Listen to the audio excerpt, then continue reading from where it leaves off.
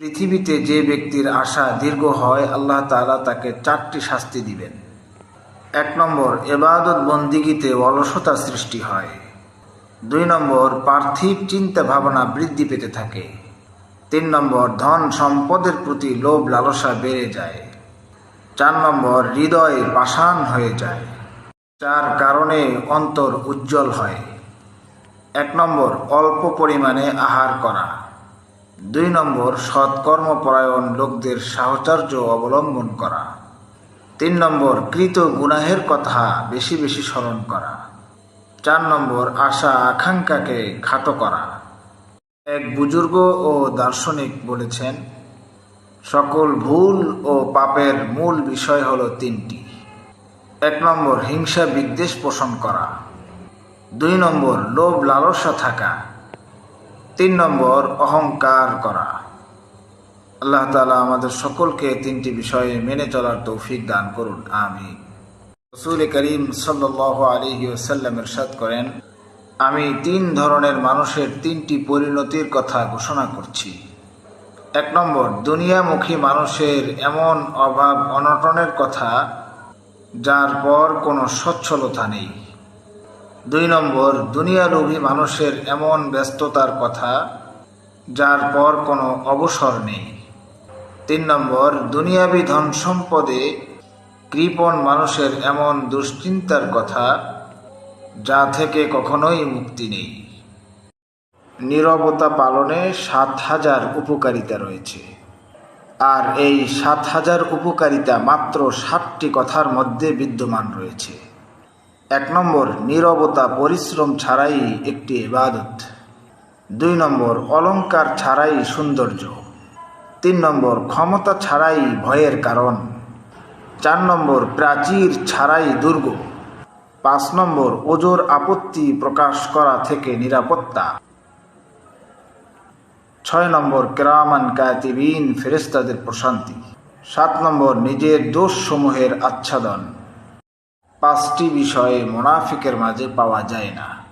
রাসূল করিম সাল্লাল্লাহু আলাইহি ওয়াসাল্লাম ইরশাদ করেন, 1 নম্বর, ধর্ম সম্পর্কে গভীর জ্ঞান মুনাফিকের মাঝে পাওয়া যায় না।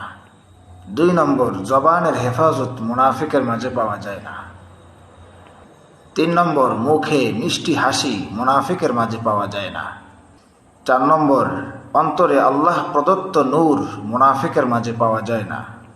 5 নম্বর, মুনাফিকের মাঝে হৃদ্যতা এবং ভালোবাসা পাওয়া যায় না। নিজের জিহ্বাকে সংযত না রাখলে লজ্জিত হতে হয়। হযরত লুকমান হাকিম তার নিজের পুত্রকে নসিহত করে বললেন, হে পুত্র, যে ব্যক্তি খারাপ লোকের সংস্রব গ্রহণ করবে সে তার খারাপি থেকে মুক্ত থাকতে পারবে না। যে ব্যক্তি খারাপ স্থানে গমন করবে সে অপবাদের পাত্র হবে। আর যে ব্যক্তি জিহ্বাকে সংযত না রাখবে সে লজ্জিত হবে। রাসূল করিম সাল্লাল্লাহু আলাইহি ওয়াসাল্লাম ইরশাদ করেন, যারা নিজের জিহ্বাকে নিয়ন্ত্রণ করে এবং পরিজনকে স্বাচ্ছন্দ্যে রাখে এবং নিজের পাপের জন্য ক্রন্দন করতে থাকে, তাদের জন্য রয়েছে আল্লাহ তাআলার পক্ষ থেকে সুসংবাদ। বেশি কথাবার্তা বলা এটি মুনাফিকের নিদর্শন। ইমাম আউজাঈ রাহমাতুল্লাহি আলাইহি বর্ণনা করেন, তিনি বলেন, মুমিন ব্যক্তি কথা কম বলে এবং কাজ বেশি করে, আর মুনাফিক কথা বেশি বলে কাজ কম করতে থাকে। নির্বোধ ব্যক্তির 6টি নিদর্শন রয়েছে। 1 নম্বর, নির্বোধ ব্যক্তি অপাত্রে রাগান্বিত হয়ে যায়। 2 নম্বর, নির্বোধ ব্যক্তি অপ্রয়োজনীয় কথাবার্তা বলতে থাকে। 3 নম্বর, নির্বোধ ব্যক্তি অপাত্রে ব্যয় করতে থাকে।